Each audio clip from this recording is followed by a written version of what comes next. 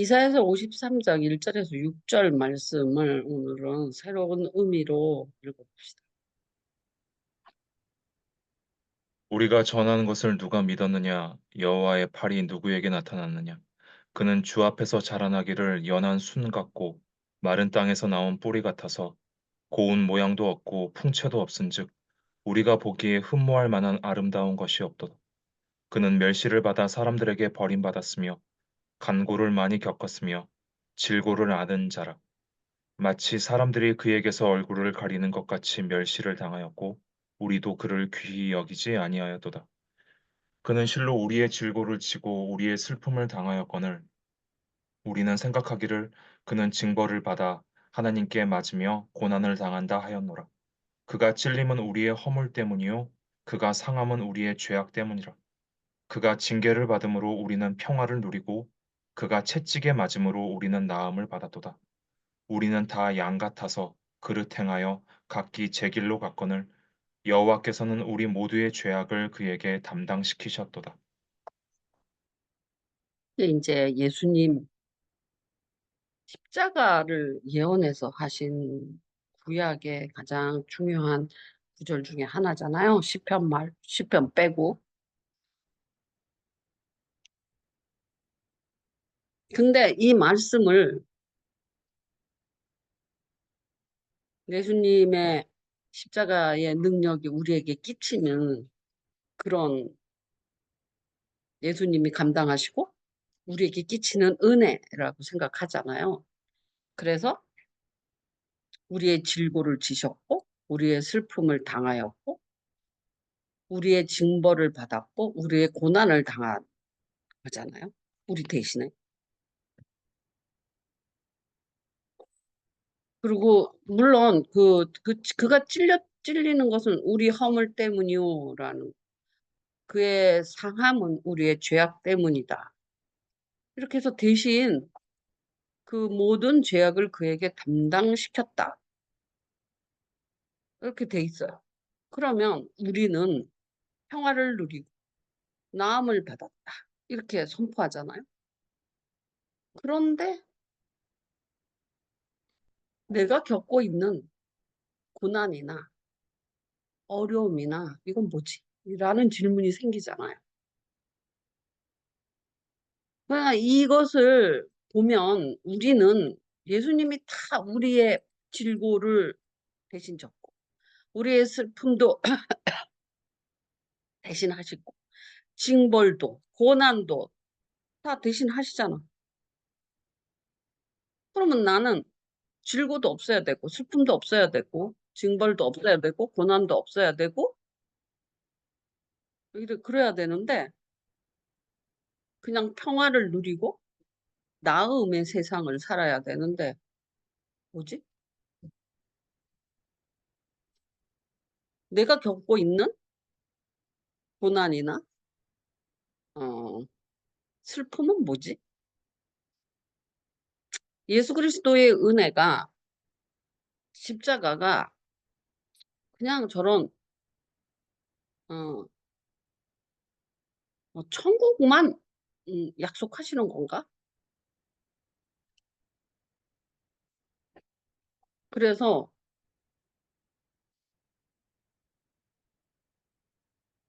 현생에서는 십자가가 아무 효용이 없고 여전히 질고와 슬픔과 고난과 징벌을 당하나? 그건 근데 인정할 수 없죠. 예수 그리스도를 믿는 사람은 살아서 믿는 자는 죽어도 살겠고 살아서 믿는 자는 영원히 죽지 않는다. 이렇게까지 하셨는데 효염이 십자가의 효염이 죽음 이후로만 있나? 죽음 이전에는 금생에서는 무슨 효과가 있지? 왜 여전히 질고가 있고 슬픔이 있고 징벌이 있고 고난이 있지? 이게 진짜 나는 질 의문이었어. 갭이 있었다. 그냥 아이 말씀이니까 맞아. 맞겠지. 근데 살아계신 하나님이잖아. 살아계신 하나님이 거짓말을 하실 수는 없지. 그냥 폼나게 말한 건 아닐 거야. 응? 그럼 둘 중에 하나죠. 내가 믿음이 없어서 못 누리든지 십자가의 능력이 금생에 미치는 힘이 미약하든지 둘 중에 하나일 거야. 왜? 현실적으로 내 안에서 보고 바깥에서도 보고 성경의 증언들에서도 보는 봐. 고난이 여전히 있단 말이에요. 질고도 있고. 뭘 먹어? 뭐 시켰는데? 그거 이상하지 않아? 나는 그 갭을 왜 저렇게 말해놓고 아무것 십자가가 현생에 그러니까 내세는 모르겠는데 현생에 어떤 효용도 없다고 말하는 건가? 그러면 왜 죽어도 살겠고 살아서 믿는 자는 영원히 죽지 않는다라는 말을 하지? 그 말은 살아서 믿으면 그 십자가 효험이 살아있는 동안 있어야 될 거야.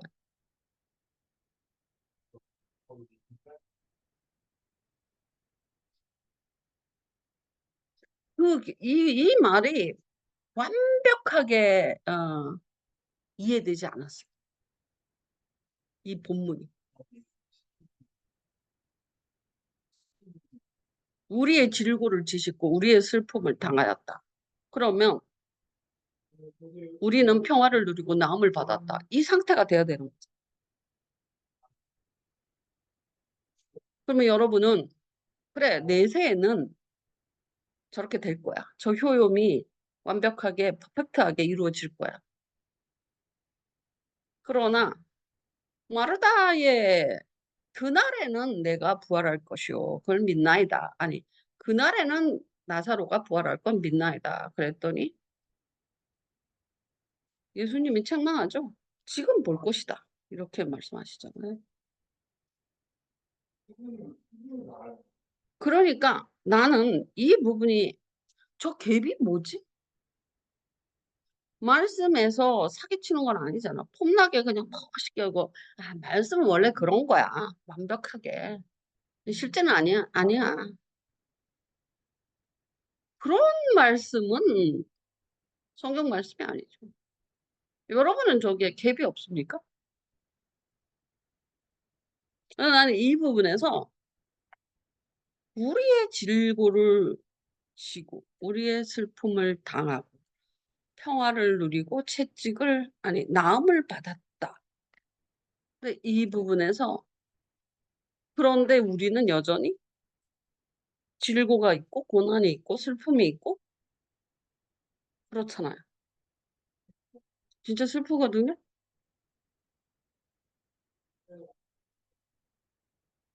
그러면 여러분은 이해가 돼요? 우리의 질고를 지셨다라는 게 내 질고는 나한테 있는데 나의 슬픔도 나한테 있는데 배신당했다? 그러면 내가 믿음이 약해서 여전히 질고가 있고 슬픔이 있는 건가? 그냥 나처럼 살아도 믿음이 약하다고 말하면 하나님과 어떻게 살아야지 믿음이 있는 건가? 응?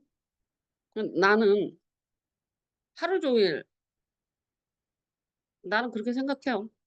그냥 말씀과 기도와 하나님 생각과 묵상이 그냥 나의 직업이잖아. 일이잖아. 그리고 뭐 자기 성찰 또는 섬김? 그게 뭐 내가 그렇게 하더라도 잘했다고 들을 수 없을 만큼 당연한 몫이라고. 근데 이렇게 살아도 예수님이 내 질고 진 거 맞아? 내 슬픔 가져간 거 맞아? 이런 질문이 드는데 이렇게 살아도 믿음이 모자르다. 그러면 도대체 어떻게 살아야지 믿음이 있는 사람인가? 응? 그렇게 어려운가 구원이? 뭐 이런 질문들이 여기서 쏟아져요. 여러분은 이 갭을 어떻게 해결합니까?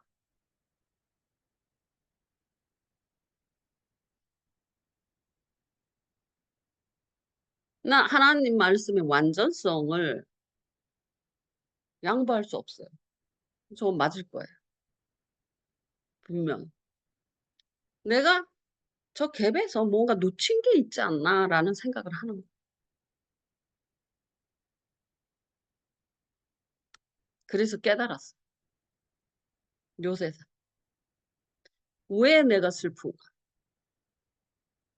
하나님이 내 슬픔을 당했는데 왜 내가 나한테 슬픔이 있냐? 하나님이 내 질고를 당했는데 왜 나한테 질고가 있냐? 하나님이 징벌을 받았는데 왜 내게 고난이 있냐?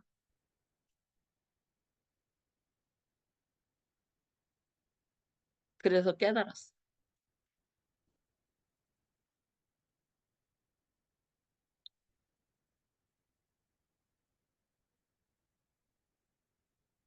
만약에 우리 십자가의 은혜가 없었다면 지금 지, 작, 우리가 겪고 있는 질고나 슬픔이나 고난은 내 은혜가 내게 족하다에 속하는 우리가 감당할 만한 질고라는 걸 깨달았어요. 그래서 감당할 시험밖에는 너희가 당할 것이 없다. 감당 못할 시험이 오면 피할 길을 주실 것이다. 이게 하나님이에요. 나는 이 십자가의 능력이 우리를 완전히 평화와 나음을 완성시킨다고 생각했어. 이 말씀은 이사야서 53장은 그게 맞아요. 그런데 이것만 보면 분명히 질고를 지셨어요. 분명히 우리의 슬픔을 감당하셔요. 분명히 우리 대신 징벌을 받으셨고 분명히 우리 대신 고난을 당하세요. 내 거를 가져가신 거 분명해요. 그래서 만약에 예수님이 이걸 질고를 대신 져주시고 슬픔을 당하시지 않으시고 징벌을 대신 받지 않고 고난을 대신 당해주지 않았다면 내가 실제로 당하는 질고와 슬픔과 징벌과 고난은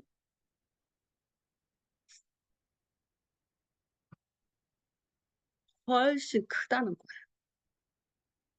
내가 지금 당하는 고난은 은혜로 이만큼 이거 그걸 깨달았다니까. 이게 나의 그 인생판이라면 하나님이 다 질고 내 안에 들어오는 질고 슬픔 이거를 다 가져가셨어. 그리고 내 은혜가 내게 족하다 그러고 요만큼 남겨놓은 거야. 그런데 이거는 내가 감당한다 그랬죠. 아까 내 은혜가 내게 족하다. 이거 되게 중요한 이거 설교 들었어야지 알지 무슨 말인지. 내 은혜가 내게 족하다. 그래서 온전함이 들어오는 거라는 거잖아요. 그래서 그리스도의 능력이 내게 머물게 한다. 이거는 육체적 예수의 능력이 내게 머물게 한다. 이 뜻이라 그랬어요. 더 자세히는 안 할 거야. 알아듣는 사람은 알아듣. 이 부분이란 말이에요. 바울이 자만하게 육체의 가시를 뽑아달라. 육체의 가시를 떠나게 해달라. 그랬더니 아니야 네가 감당해 이러라 그랬 이렇게 말씀하셨다고 그랬잖아. 아 좋게 그건 네가 감당할 몫이야. 그래야지 온전해져. 나도 온전해지고 너도 온전해져. 이 대화라 그랬죠, 이것이. 그러니까 하나님의 온전성은 하나님의 은혜와 예수 그리스도의 능력과 성령의 감화 감동 이 세 개가 합쳐서 하나님도 온전해지고, 계시와 응답이라는 차원에서 하나님이 은혜를 베풀고 사람이 그리스도의 능력을 힘입어 성령을 힘입어서 사람이 응답할 수 있는, 그래서 온전해져.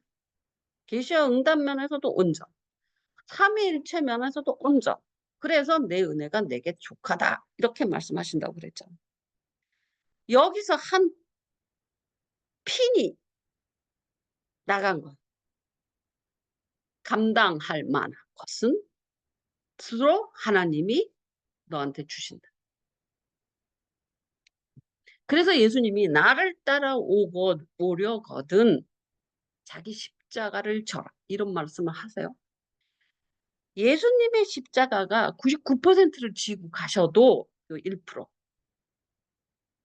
그걸 너가 지라는 거야. 그런데 그것마저도 감당할 수 있는 것이다. 그런데 감당 못할 상황이 되면 그것도 피해 주신다. 그래서 늘 감당하게 하신다. 이사야서 53장만 봤을 때는 십자가의 능력이 퍼펙트해서 마치 천국같이 돼야 돼요. 믿으면. 그런데 그 온전함이 하나님이 말씀하시는 온전함이 십자가의 능력이 다 끌어안아서 온전한 게 아니라 사람이 응답으로서 감당할 것을 감당해야지 온전해진다는 사실. 우리가 온전이라는 이사야서 온전이라는 이 말씀이 온전히 이루어지려면 이렇게 생각하잖아. 그러면 예수님이 다 십자가에서 다 담당하셨으니 나는 평화와 나음밖에 없어야 돼. 이게 온전하다는 개념 속에서 발전하죠. 이 말씀은 그렇게밖에 받아들일 수 없어요. 디테일이 없이 예언이에요. 그런데 신약에서 그 말씀들을 받쳐주는 이, 이 은혜가 내게 족하다라는 이 말씀이 육체의 가시는 네가 감당해라고 그래야지 온전해지는 거야라고.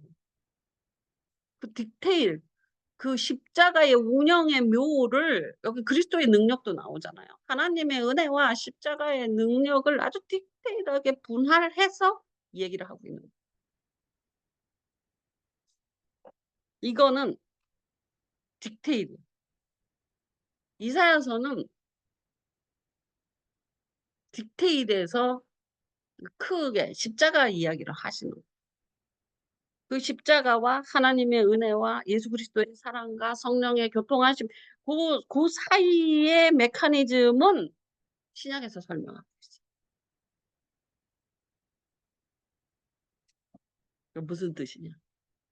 예수가 없었으면 나의 질고는 지금의 몇 배였을 거고 나의 슬픔은 지금의 몇 배였을 거고 나의 고난은 지금의 몇 배였을 거고 우리는 지금 누리는 게 우리 덕이 아니야. 이미. 그걸 깨달았다니까. 사실은 100개가 있었던 거야. 99개를 십자가가 감당해 버렸던 거야.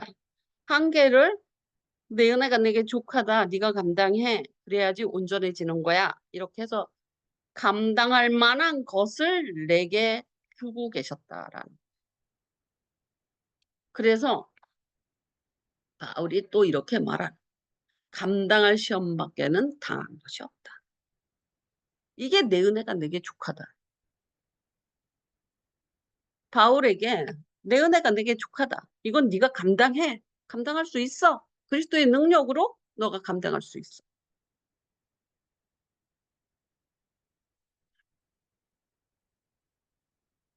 그래서 사실 인생의 실상과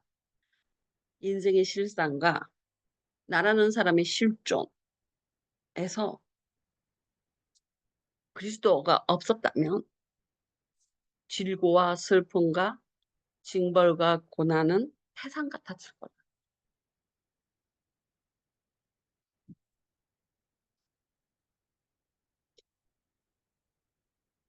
예수를 믿어서 지금 감당할 시험밖에 당하고 있지 않는다. 육체의 가시 정도로 감당하는 것. 자기 십자가를 쥐고 있는 것.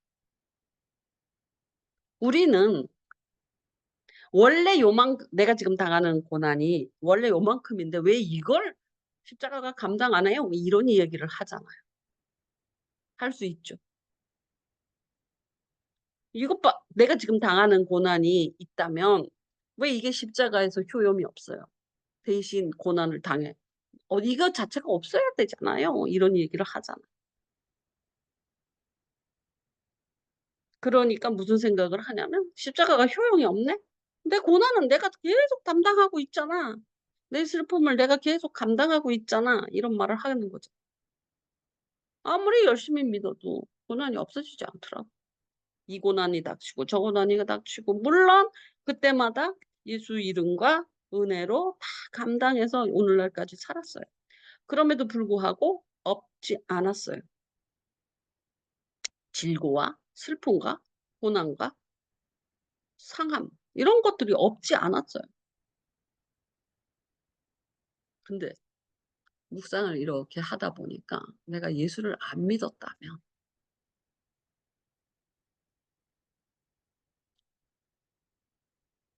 지금의 평화를 누릴 수 있었을까? 지금의 나음을 누릴 수 있었을까?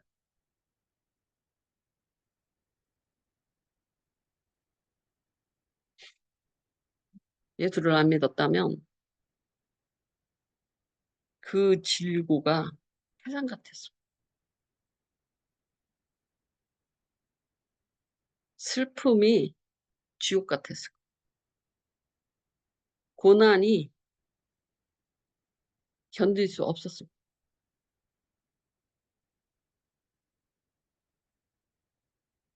그래서 올소이다 주 우리의 질고를 지셨고 우리의 슬픔을 당하셨고 우리의 고난을 당하신 것 맞습니다. 그리고 내 은혜는 내게 족합니다. 이것은 감당할 시험밖에 안 되니 하나님이 내가 감당 못할 때에는 또 길을 내실 줄 믿습니다. 감당할 시험밖에 안 됩니다. 그리스도의 능력으로 감당할 수 있으니까 이걸 내게 허락하신 거예요. 우리는 지금 갖고 있는 고난이 내 인생과 실존의 고난의 전부인 줄 알아요. 그렇지 않다는 거예요. 원래는 태산 같았다는 거예요. 태산 같았는데 감정과 이성과 사랑과 그 지뢰밭 전쟁터 그런 또 자기도 어떻게 추스리고 자기 마음을 어, 가르칠 지혜도 없고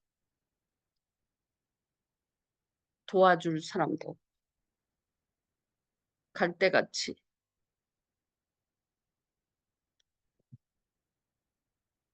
태풍에 흔들리는 감정과 생각과 비틀거리는 어그러진 걸음걸이로 산다면 우리 질고가 얼마나 커지겠어요.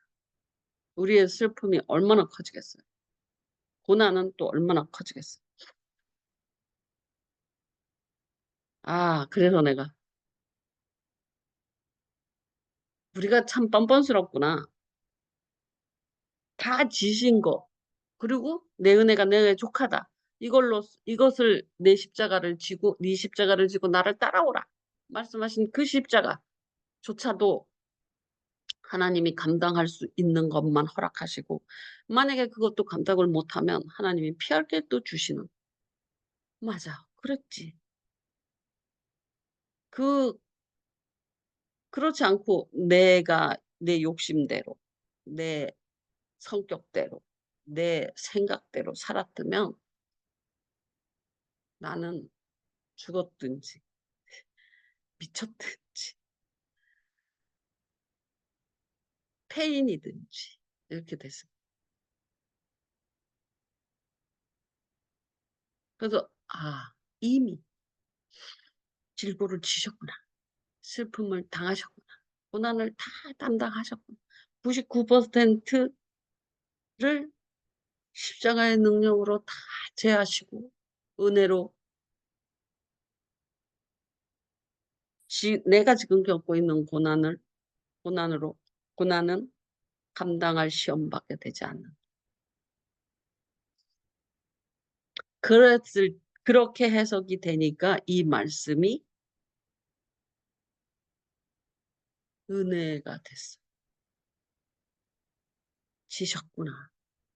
질고를 지셨구나. 그전에는 질고를 지셨다면서 왜 내게 질고가 있습니라고 되묻는 구절이었고 슬픔을 당하셨구나. 슬픔을 당하셨어. 대신 슬픔을 당했는데 왜 내가 슬픕니까? 대신 고난을 당했는데 왜 내게 고난이 있습니까?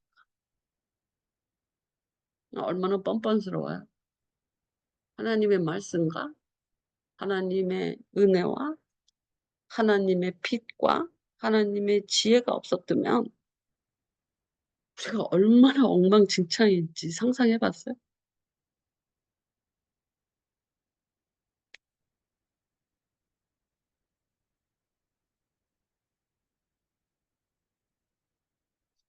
그때마다 말씀으로 길도 가르쳐 주시고 말씀으로 위로도 해 주시고 그러면서 인도하셨죠. 그래서 인생과 실존에 질고나 슬픔이나 고난이 없다는 건 아니다.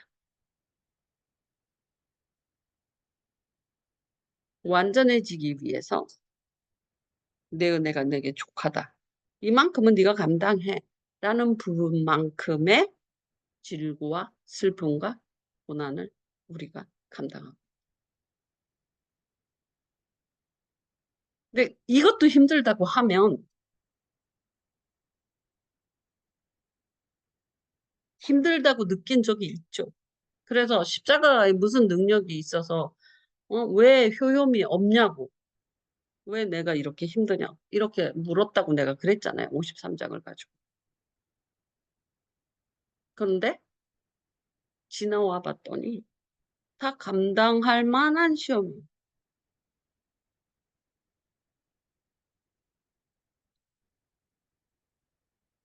그러니까 견뎠죠.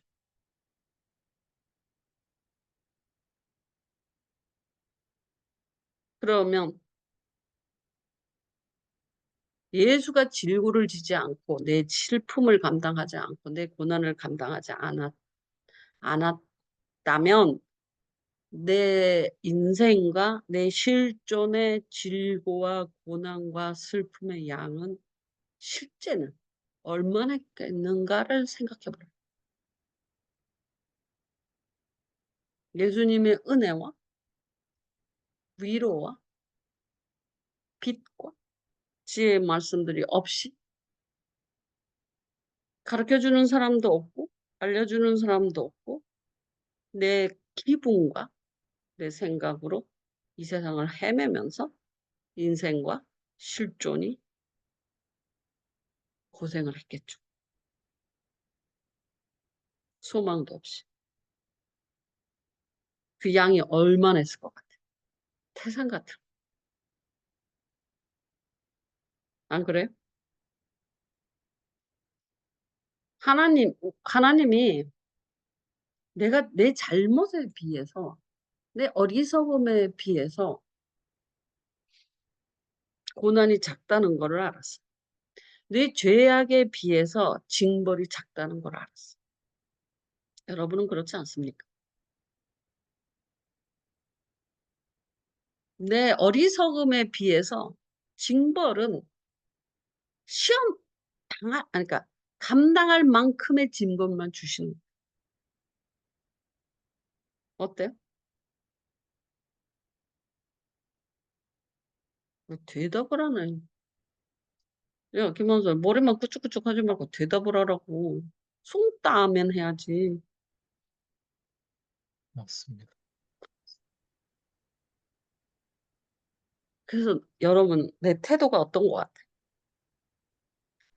말씀이 완벽하게 받아들여지지 않았다 그랬지. 질고를 줬으면서 왜 내게 질고가 있냐? 슬픔을 다 담당하셨다면서 왜 내게 슬픔이 있냐? 이거 뭐 폼잡게 이야기해놓고 연락에 뭐 그대로야 뭐 이렇게 마음속에서 말하는 뭐 십자가의 능력이 내 질고와 슬픔과 고난을 감당을 한다는데 왜 그대로야? 이런 외침이 이 속에 있었어요. 진짜 뻔뻔스러웠던 거죠. 왜냐하면 내가 없었으면 태산 같은 고난을 졌는데 넌 지금 손톱만한 거 네가 감당할 수 있는 거 지면서 지금 십자가에 능력이 있네 없네 말을 하냐? 이렇게 말씀하셨을 것 같아요. 아 어리석도다. 그런데 여기서 이 네가 감당해. 육체의 가시 바울 네가 감당해. 그래야지 온전해져. 하나님도 온전해져. 성부와 성자와 성령이 온전해져. 계시와 응답으로서 하나님과 우리 관계도 온전해져.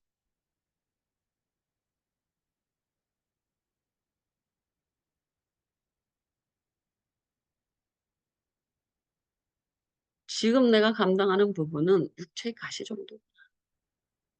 원래는 태산만 안 돼.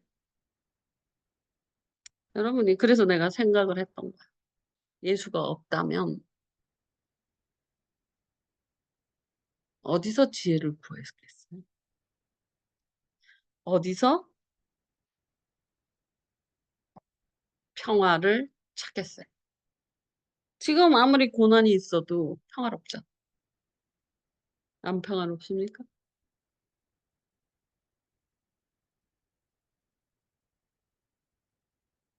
나음도 받았어. 고난이 있을 뿐. 평화가 깨지지 않는 고난. 나음이 상처가 되는 고난은 없어요. 그냥 고난은 그것 때문에 상처를 입지 않아요. 여러분 고난 때문에 상처 입습니까? 고난 때문에 평화가 깨집니까? 어때요? 아, 나 요새 띠지 때문에 고생 연락이 하잖아. 그렇다고 평화가 깨지지 않아. 그건 별개야. 나음을 입은 거? 상처 입냐 누구한테? 상처 입지 않아. 더 이상 상처 입지 않아. 나음을 받았다. 근데 만약에 예수님이 없었다면 길을 어떻게 찾아요? 자기를 어떻게 들여다볼 수 있겠어요? 거울이 없는데. 그러니 어떻게 살았을 것 같아요? 어그러진 다리, 비틀거리는 걸음, 혼란한 정신, 갈대 같은 눈빛, 허망함, 허무주의, 뭐 이런 게 뒤집어 써서 그 질고와 슬픔과 고난이 말할 수 없겠죠. 하지만 예수님이 내게 오시고 나서는 감당하시면서, 예수님이 십자가로 감당하시면서 빛을 비춰 주시고 길에 빛을 비춰 주셔서 이럴 때는 이런 마음, 저럴 때는 저런 판단할 수 있도록 말씀으로 가르쳐 주시고 마음으로 임해 주셔서 평화와 나음이 해치지 않도록 인도하시죠. 그래서 내가 무릎을 쳤다니까. 올소에 십자가가 없었으면 나는 소멸됐을 것입니다.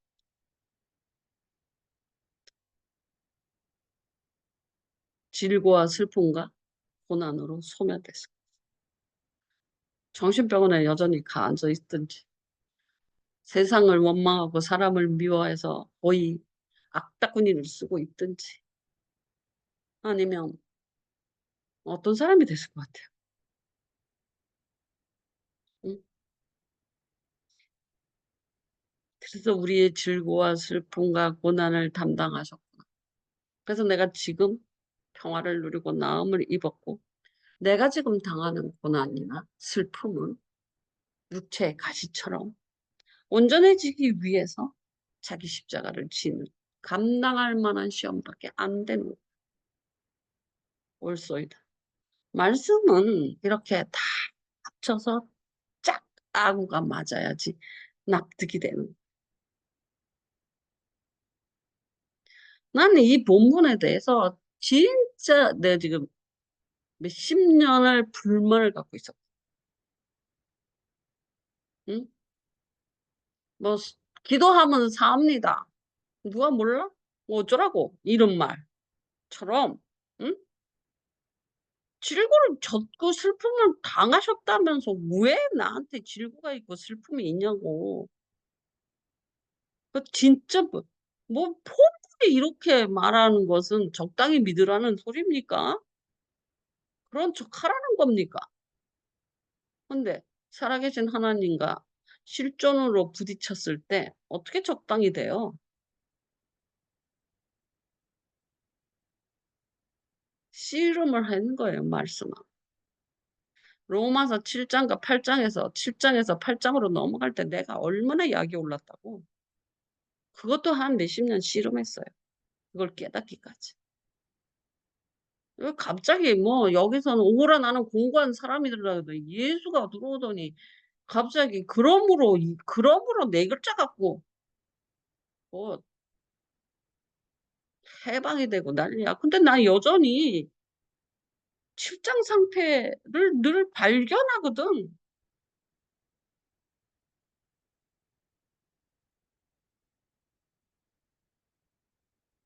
데카르트를 통해서 7장 8장으로 넘어가는 걸 해결했어. 코기토.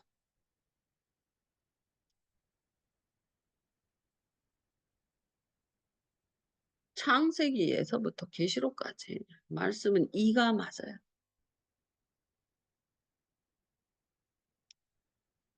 그걸 다 토틀어서 맞아야 되죠. 하나님 한 분, 성령, 예수님 다 같은 분이죠. 딴 말하면 안 되지. 그리고 종교적이어서는 안 되지.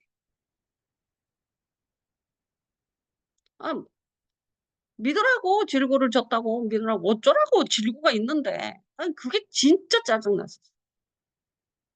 대신 같은 소리 하네. 내가 지금 질고를 지고 있는데 뭐 대신 한 게 뭐 있다고. 그 십자가가 이거냐고. 그래서 53장에 대해서 설교를 잘 못하겠었어요. 어디까지만 했냐면 3절까지만 했어요. 이 4절, 5절에 내가 불만이 많아. 근데 어떻게 설교를 해? 그래서 내가 3절까지 했다는 거 설명했다는 것을 여러분이 알 거예요. 뭐냐면 사람한테 버림받아 봤느냐라고 물어봤잖아요. 사람한테 버림받는 느낌이 뭔 줄 아느냐? 질고를 아는 자라까지 따라갔어요. 얼굴을 가리는 것 같이 멸시를 당하고 귀히 여기지 아니하여 또다까지 따라갔다. 근데 그 다음을 못 따라가겠네. 왜? 우리의 질고를 지기는커녕 내가 질고를 지고 있고 우리의 슬픔을 당하기는커녕 내가 슬픔을 당하고 있으니까 못 따라가지. 대신 드셨다는데. 진짜 불만이 많았어요. 이 말씀에. 그냥 혼자서 기도할 때는 이거 갖고 따져요. 우리의 질고를 대신 져서 우리가 평화를 누리고 우리가 나음을 입었대는데 왜 내게 고난이 있고 내게 슬픔이 있고 내게 질고가 있냐. 뭡니까 이거. 이거 폼 잡으려고 그냥 종교적으로 종교적 수사입니까? 아니면 천국 가서 그렇다는 소리입니까? 그럼 내가 천국으로 밀어붙이면 좋다 이거야. 그러면 나사로의 부활장에서 걸려드는 거야. 이가 안 맞아. 말하다가 내가 그날에는 부활할 거다. 그러니까 아니다. 네가 오늘 볼 것이다. 이렇게 말하다가 혼나잖아. 나도 똑같은 입장이 돼버리는 거야. 거기서 혼나버려요. 하나님 예수님은.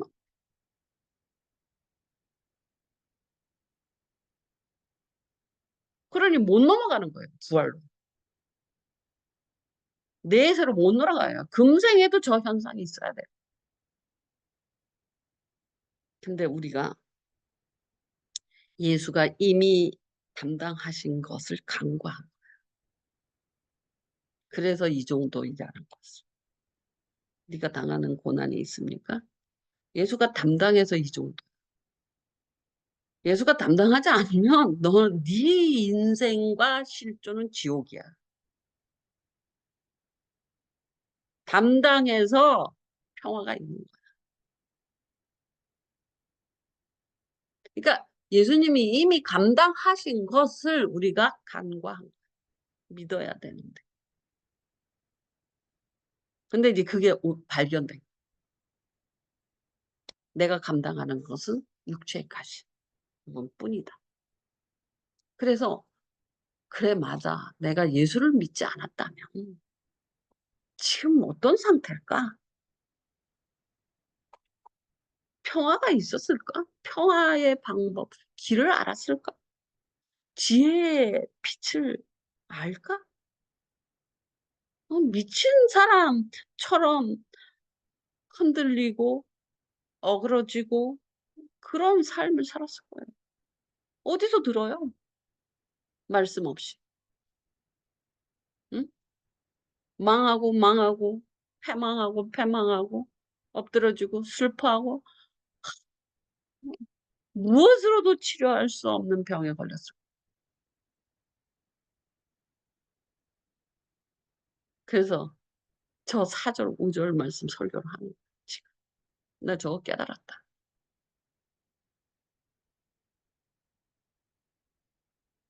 올서이다.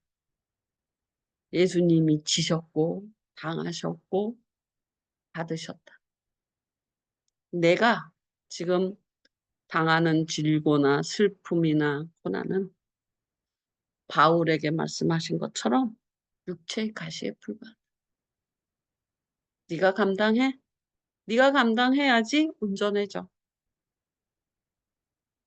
그리고 감당할 만한 것밖에는 당한 것이 없다. 맞아요. 감당할 만한 것만 당한 거예요. 감당하지 못할 것들은 한 적이 없어요. 그러니까 지금까지 다 감당하고 살았죠. 감당하지 못할 정도로 큰 산이면 하나님이 피할 길을 내서 감당하게, 능히 감당하게 하신다. 이 감당이라는 부분이 있다는 거예요.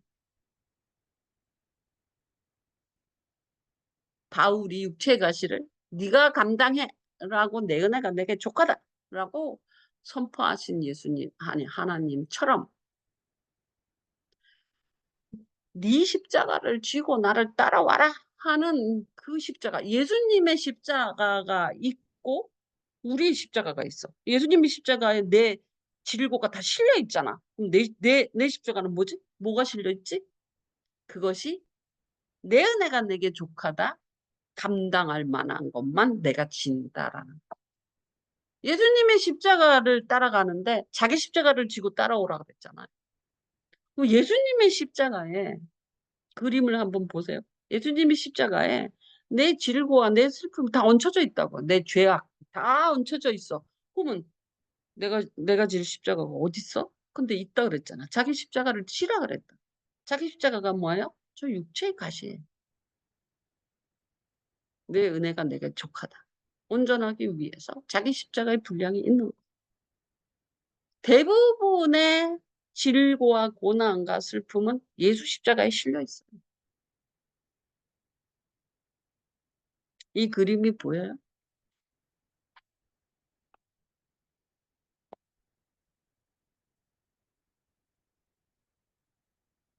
응? 예수님이 십자가를 지고 저리 가셔. 나는 자기 십자가를 지고 쫓아가. 여기에 내 죄악이 99%가 다 실려 있다니까, 예수님의 십자가에. 나는 온전해지기 위한 내 은혜가 내게 족하다. 네가 이 부분만큼은 네가 감당해 하는 그 부분만큼, 감당할 만큼만 지고 가는 거라는 거예요. 그래서 내 진짜 인생과 실존의 십자가는 예수 십자가 플러스 내 십자가의 사이즈예요. 근데 99% 예수 십자가가 지고 가셨다라. 아, 이걸 이제 깨닫다. 내가. 아, 그렇구나. 아니, 저 말씀들을 지금 내가 하나하나 하는 말씀들을 모르는 바가 아니잖아. 근데 그거를 하나로 쫙 뺐잖아, 지금. 우리 인생의 고난, 내 정체가 무엇이냐? 네가 겪는 고난의 정체가 무엇이냐? 그거는 예수 그리스도의 십자가에 실린 고난이 아니야. 그건 온전해지기 위한 십자가예요. 온전해지기 위한 고난. 육체의 가시란 말. 감당할 만한 시험. 그걸로 온전해지는 거예요, 우리가. 이해했어요? 어이, 김한솔. 이해했어? 어? 네. 아니, 알아들었으면. 아, 그러니까 이제 말씀이 따다다닥 하고 다 맞자. 아, 그렇구나. 그래서 우리가 육체의 가시, 오늘의 그 고난을 당한다 할지라도 평화나 나음은 해치지 않아. 여러분이 아무리 고난을 당해도 평안합니다. 우리가 평안을 누리는 게 이제 당연한 것처럼 생각이 들어서 그 평안하지 않은 때를 몰라요. 잊어버렸어.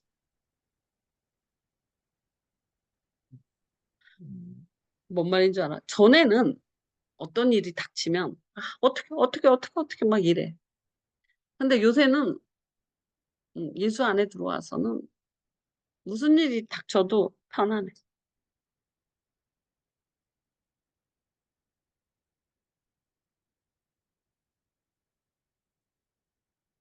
음, 평화를 누린다. 고난은 평화를 깨는 고난은 없어. 감당할 고난만 있는.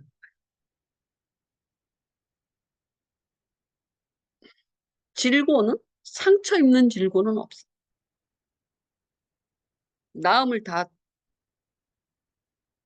받았기 때문에 그냥 감당할 질고만 있는 거야. 감당할 건 감당만 하면 돼. 평화롭게. 어, 우리의 질고가 우리의 평화를 깨지 않아. 왜냐하면 어때요? 굉장한 고난 중에도 평화롭잖아요. 이 말하면 정말 이해하나 모르겠다. 느끼나 모르겠다. 응? 되게 바쁘고 되게 당황스러운 상황에도 평화로워요. 그걸 예수 믿지 않은 사람은 절대 뭔지 몰라요. 우리는 이 평화를 또 오랫동안 누려갖고 평화 없는 상태가 뭔지를 잊어버렸다니까. 난 그런 것 같아. 이미. 이미 나음을 입어서 뭘로 상처받습니까?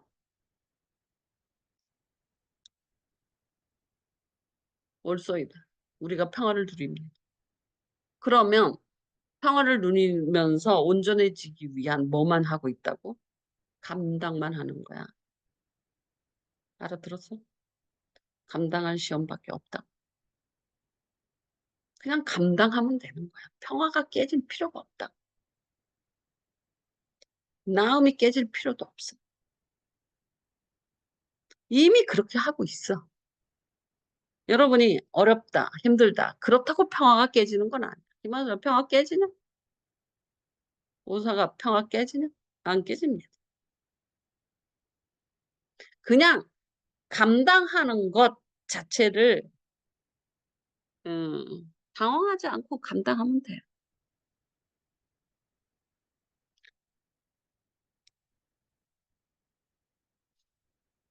이 측면이 하나 있어요. 이사야 53장에. 이미 큰 예수님의 십자가가 지나가고 자기 십자가 하나를 쥐고 따라가는구나. 이 그림이, 이 측면이 하나 있고. 두 번째 측면은 뭐냐면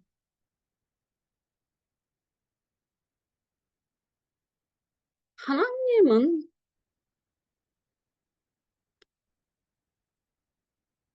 지금 제가 이 말씀 본문도 십자가가 싹, 쓱, 뭐 이런 느낌으로 제거를 해야 되잖아. 뭐 어떤 죄악이나 고난이나 확, 확, 착, 척, 뭐 이런 스타일. 무슨 말인지 알겠어? 응? 확, 뭐 이런 스타일. 근데 하나님은 뭐 척, 확, 쓱, 뭐 이런 스타일이 전혀 아닌 거예요. 우리는 그거 바라거든. 기도하면 그냥 척, 그냥 저 나쁜 놈들은 그냥 확, 응? 뭐 이런 스타일을 바라는데 하나님은 그렇지 않다. 그냥 척, 확, 쓱, 뭐 이런 거 없어요.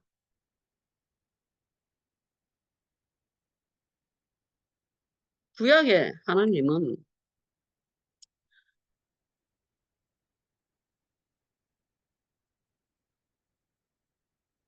여리고성을 그냥 확 무너뜨리고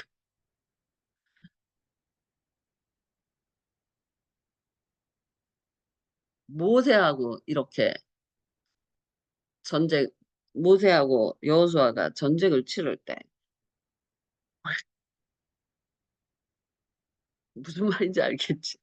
구약에 그런 모습이 나타나거든. 그냥 척, 응? 확, 쓱 이런 모습이 나타나요. 그러니까 우리는 그냥 물속에 넣어버리고 그냥 척 홍해가 갈라지고 그냥 여리고성이 그냥 무너지고 뭐 이런단 말이야 지금.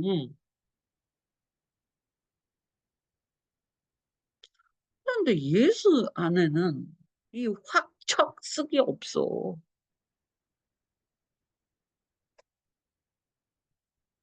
근데 예수님의 시험이 그거잖아. 돌이 떡덩어리가 아니라 척이잖아. 그리고 뛰어내려봐. 응? 안 죽을 거야. 그냥 확 뛰어내려 그냥. 분명히 여호와 구약에는 이 확 무너뜨리 확 물에다 착 홍해가 갈라져 요단강이 갈라져 동풍이 그냥 확 불어서 다 죽이고 갑자기 천사들이 뭐지 그 열왕기에도 그런 거 나오거든. 엘리야가 그냥 확 해리바람 타고 천국 하늘로 가버려. 난리도 아니야. 그지? 근데 예수님을 들여다보면 확척 이게 없어. 그냥 조용해. 왜냐하면 확이 있긴 있거든. 야, 귀신 나가. 뭐 이런 식으로 확 내보내. 근데 문제는 예수님이 거기서 다 조용히 하라. 그래. 잠잠해. 조용히 해. 시끄러워. 이를. 조용히 하신다. 그리고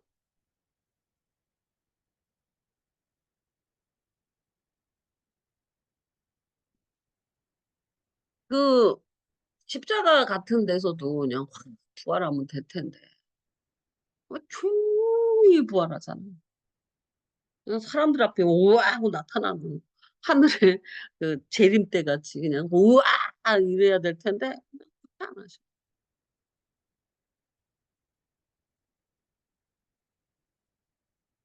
그 예수님을 통한 하나님의 방법. 왜냐하면 예수님이 하나님이 구약에서 확착 뭐 이런 거 열심히 하셨어. 어, 물로 뭐 노아의 홍수처럼 쓸어버리기도 하고 바벨론에 뭐 바벨탑을 쌓으니까 다 그냥 해버리기도 하고 뭐 이스라엘을 선택할 때도 뭐 그런 그냥 확 뒤집어지고 뭐 그냥 촥 갈라지고 뭐 메추라기가 그냥 확 떨어지고 막 그런 사건 되게 많죠. 메추라기까지 거기만 있는 건 아니에요. 뭐 전쟁을 났는데 뭐 나가봤더니 이제 이 예루살렘 성이 이제 그 봉쇄에 당해갖고 거기서 옥수수가 옥수수 가루 뭐 밀 뭐 이게 막 천정부지로 올라서 그 봉쇄니까 자기 자식을 오늘은 네 자식 먹고 내일은 내 자식 먹고 뭐 이런 이야기가 나오잖아요. 그런데 선지자가 그렇게 말하죠. 내일 아침에는 어떻게 될 거야? 나가봤더니 바깥에 아무도 없잖아. 문둥이들이 먼저 가서 다 죽고 확 없어졌거든. 뭐 그게 11기까지 쭉 이어져요. 근데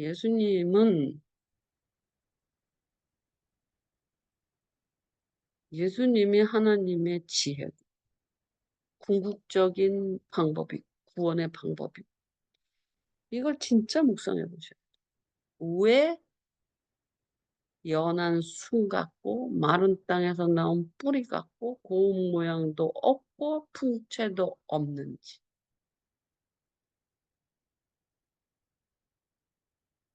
그래서 사람들이 믿겠느냐? 팔이 누구에게 나타나느냐?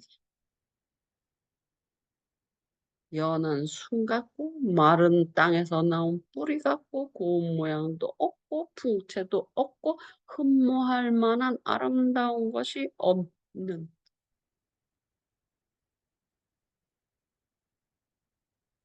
그렇게 팔이 나타나. 그렇게 그걸 그 지점을 믿을 수 있겠느냐? 그냥 확 쳐. 쓱. 아직도 우리 신앙은 이런 걸 원하는 여리고성이 강 무너져야 돼. 응? 요단강이 갈라져. 응? 저기 바로의 군대는 물살에 그냥 다 숨을 대야 돼. 근데 예수님은 그렇지 않았잖아. 모세의 제자는 사환이라잖아. 율법과 모세, 예수님과 복.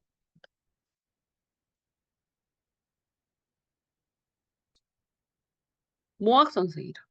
모세와 율법. 어릴 때. 노예가 모학 선생이라는 건 뭐냐면 옛날에는 가정교사가 노예예요. 그래서 주인집 아들이 가정교사한테 배워요. 노예예요. 그러나 이 아들이 자라면 모학 선생은 다시 노예가 되는 거죠. 왕의 선생도 마찬가지지. 그와 같이 모세와 율법은 확 척, 쓱, 뭐, 탕 두들겨 물 나오고, 막, 이런, 어? 그런 세계는 모학 선생이다. 율법과 모세의 세계. 모세 오경의 세계. 그러나 우리는 모세의 제자가 아니다. 우리 예수의 제자. 예수의 제자는 예수님과 복음의 세계. 예수님은 어떠냐? 연한 순 같고 마른 땅에 나온 뿌리 같고 고운 모양도 없고 풍채도 없다는 거. 이걸 누가 믿겠느냐? 이런 경우.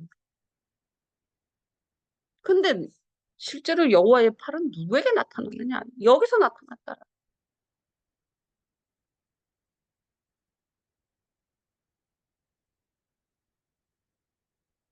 근데 우리는 여전히 쓱 확 척을 원하고 있다. 근데 지금은 그런 거는 없어요. 절대로 일어나지 않아.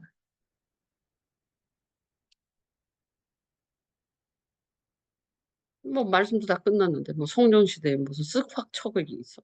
없어요. 그건 모세의 시대, 모학 선생의 시대에 있었던 일. 없었던 건 아니에요. 그러니까 여리고 성도 확 무너지죠. 어? 요단강도 확 갈라지고, 응? 홍해도 척 갈라지고, 반석을 때리면 물이 확 나오고, 막 이러잖아. 없어요, 그런 세계.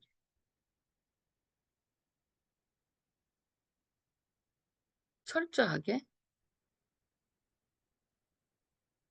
그, 그니까 이제 그 누구냐, 엘리야가 이세벨한테 쫓겨서 호렙산으로 가잖아.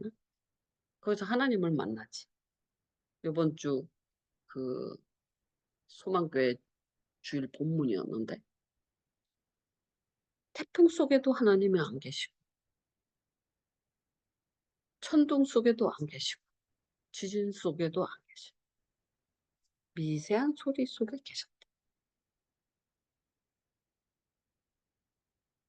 그것처럼 들레고 시끄럽고 확 쳐. 이런 데서 하나님을 찾을 수 없어. 예수님을 찾을 수 없어. 인정하고 음, 예수님이 사람이 되셨다라는 것은 인생을 떠나서 하나님이 역사하지 않으신 거잖아요.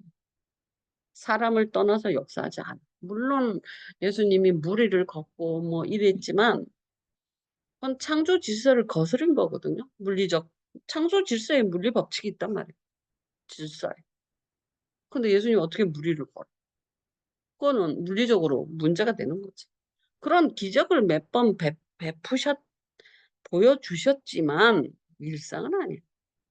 예수님의 대부분은 인간으로 사셨어요. 배가 고프셨고 미를 훑으면서 잡수셨어요. 제자들아. 응?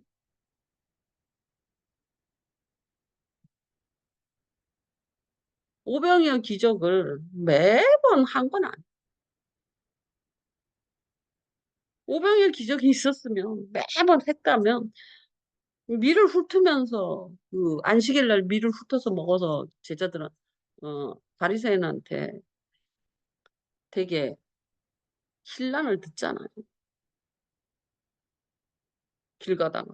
그러니까 옛날에 그 배고픈 사람들을 위해서 이렇게 배 가는 것은 안 되지만 이렇게 훑는 게 이렇게 훑어갖고 이렇게 비벼서 먹는 거예요.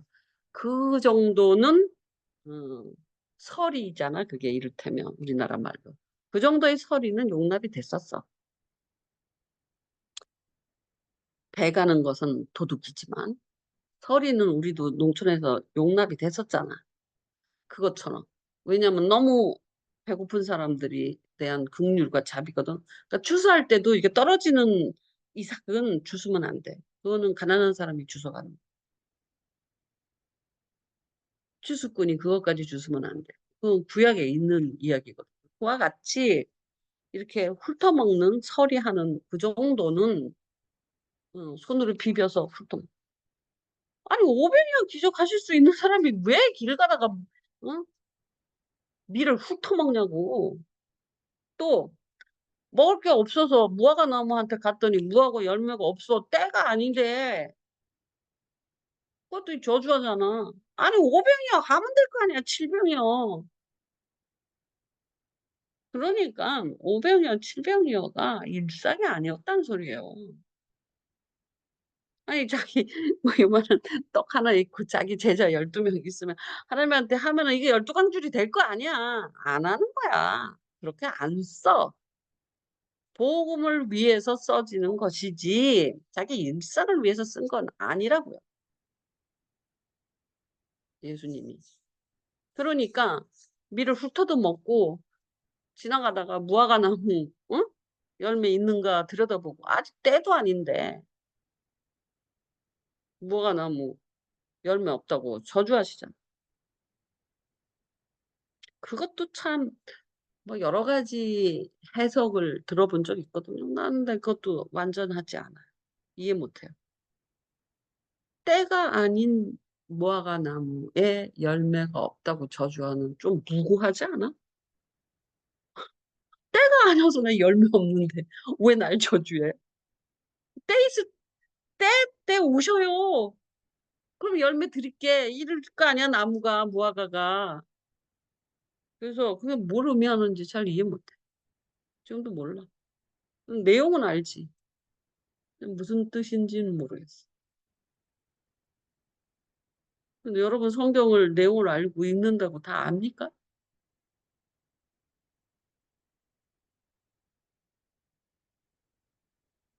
그러니 두 번째 국면은 여호와 팔이 누구에게 나타나느냐라는 질문. 이거 질문하자. 누구에게 나타나? 모세에게 나타나? 대제사장한테 나타나? 부자한테 나타나? 바리새인한테 나타나? 아니다. 저기 나사렛 예수에게 나타나. 그는 질고를 하는 자.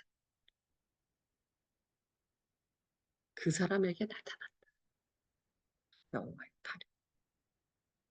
완전히 다르죠. 그래서 여호와의 팔이 누구에게 나타났느냐? 예수한테 나타났다. 근데 그는 연한 순 같고 마른 땅에 뿌리 같고 고운 모양도 없고 풍채도 없고 아름다운 것이 없다. 질고를 아는 자일 뿐이었다. 그래서 사람들이 멸시를 했다. 귀히 여기지도 않았다. 거기서 여호와의 팔이 나타났다. 이 지점이에요. 이게 예수.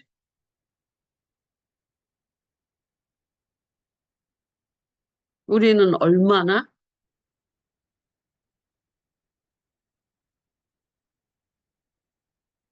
흠모할 만한 것을 갖고 싶어요. 풍채를 갖고 싶어요. 본 모양도 갖고 싶어요. 아름다운 것을 갖고 싶죠. 거기에 대해서 여호와의 팔이 나타나는 게 아니다.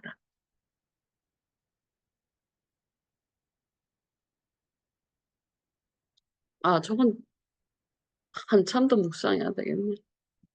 묵상이라는 것은 머리로 깨닫는 게 아니라 마음으로 완전히 받아들이는 상태까지 가는 걸 묵상이라 그래요. 저는. 어떨 때는 저런 한 절, 내가 그랬잖아. 4절을 가지고 30년을 묵상을. 매일 한 게 아니야.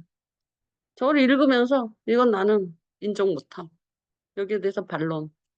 하나님 대답해 주세요. 응? 이게 종교적인 외교 언사입니까? 종교 언사입니까? 살아계신 하나님 말씀 그렇게 인정하고 넘어갈 수는 없어.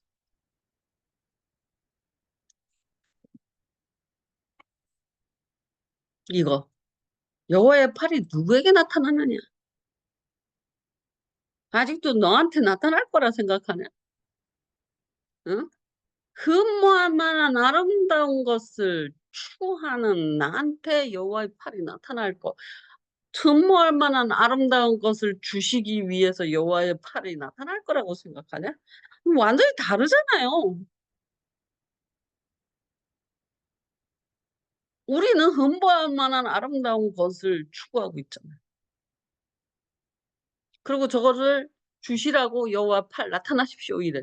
근데 여기서 나타나지 않는다고 딱 도장 찍었잖아.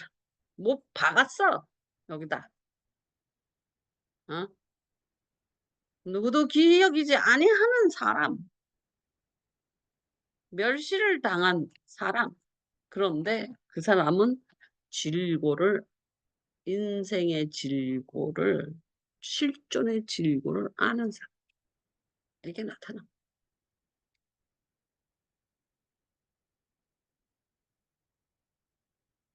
질고를 아는 자라.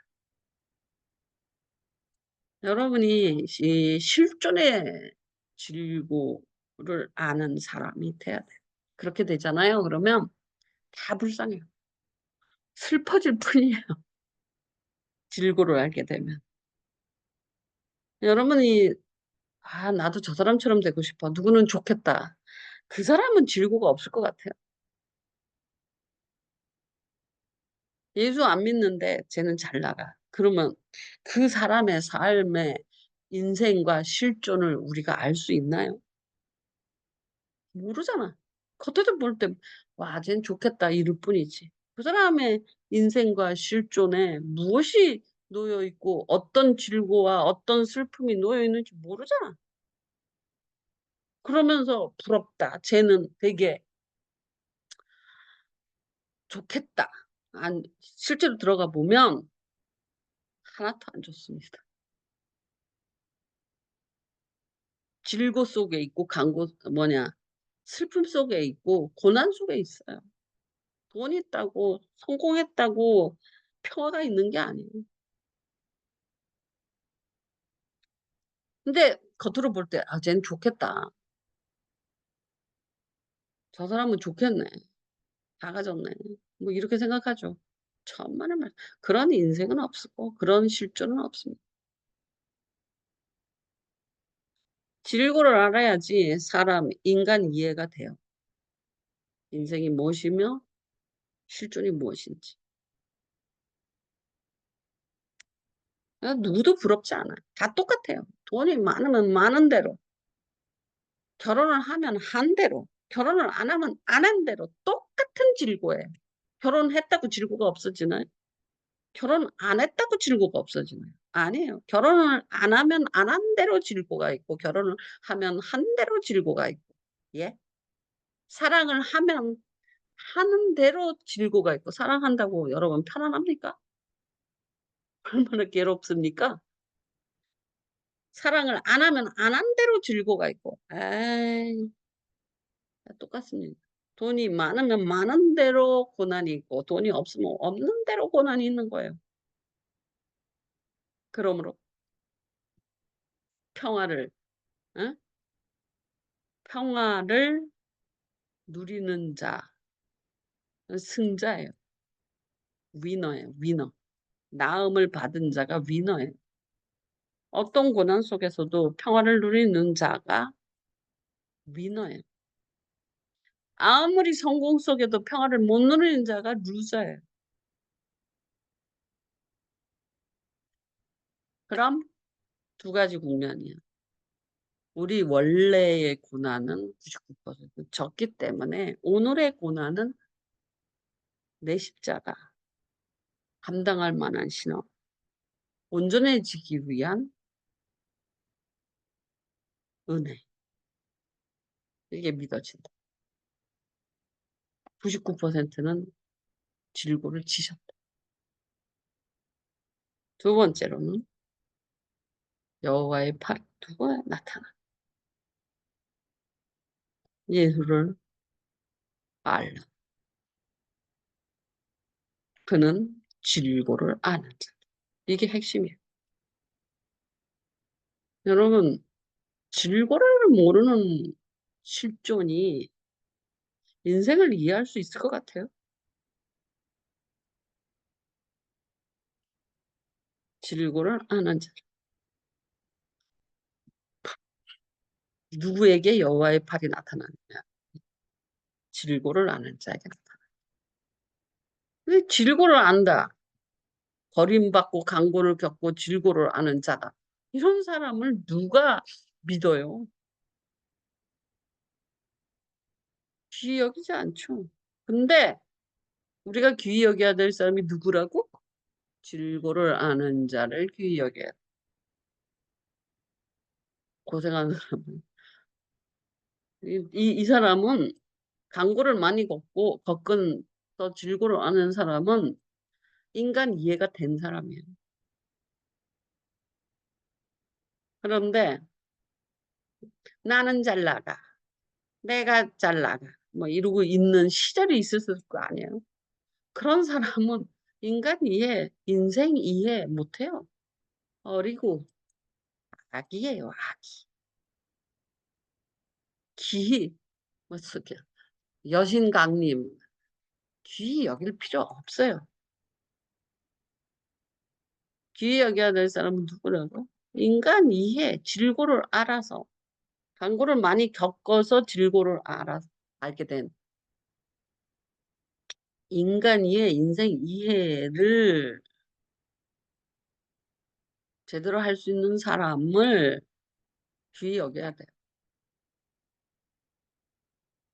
잘 나가고, 돈 잘 벌고, 성공하고, 뭐, 이런 사람을 귀히 여기라고 성경은 말하고 있잖아. 이 지점이라고, 이 지점. 이 지점 연습을 해야지 예수도 알아봐. 예수도 이 지점에 계시거든. 여호와의 팔이 누구에게 나타나? 얼마나 조용히 여호와의 팔이 나타났어. 아무도 귀히 여기지 않고 멸시를 하는데 조용히 그 마구간에 여호와의 팔이 나타났어. 응? 통째도 없고 본 모양도 없어. 마구간에 구유야. 거기에 여호와의 팔이 나타났어. 그게 예수. 그게 하나님이 누구에게 나타났느냐라고 말하는 여호와의 팔이 누구에게 나타나? 여러분은 이런 여호와의 팔이 나타나는 사람이 되고 싶잖아요. 하나님의 도우심과 하나님의 인도하심과 뭐 이게 항상 나타나는 동행하는 사람이 되고 싶잖아요. 누구에게 나타나느냐라고 말하는데 여기서 다 벗어나 버린 거야 우리가. 만약에 우리가 예수를 믿지 않는다면, 모세를 믿는다면 벗어날 수 있어요. 근데 우리는 예수를 믿는 사람. 모세를 믿는 건 유대인이야. 그래서 이 본문을 가지고 두 가지 쟁점.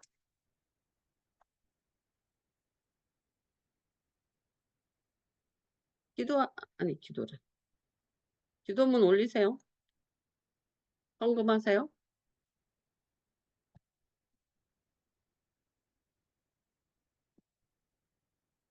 김하서 너 저거 적어놓고 기다렸지. 그러니까 내가 질고는 않은 사람이 평화를 누려. 연단이 돼가지고.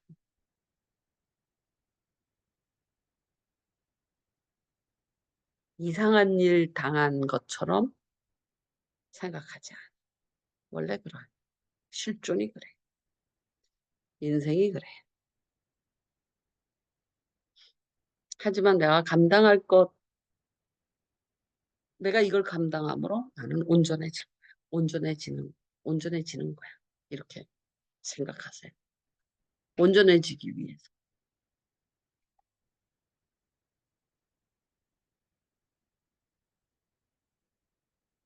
안녕. 감사합니다. 헌금했어? 좋습니다.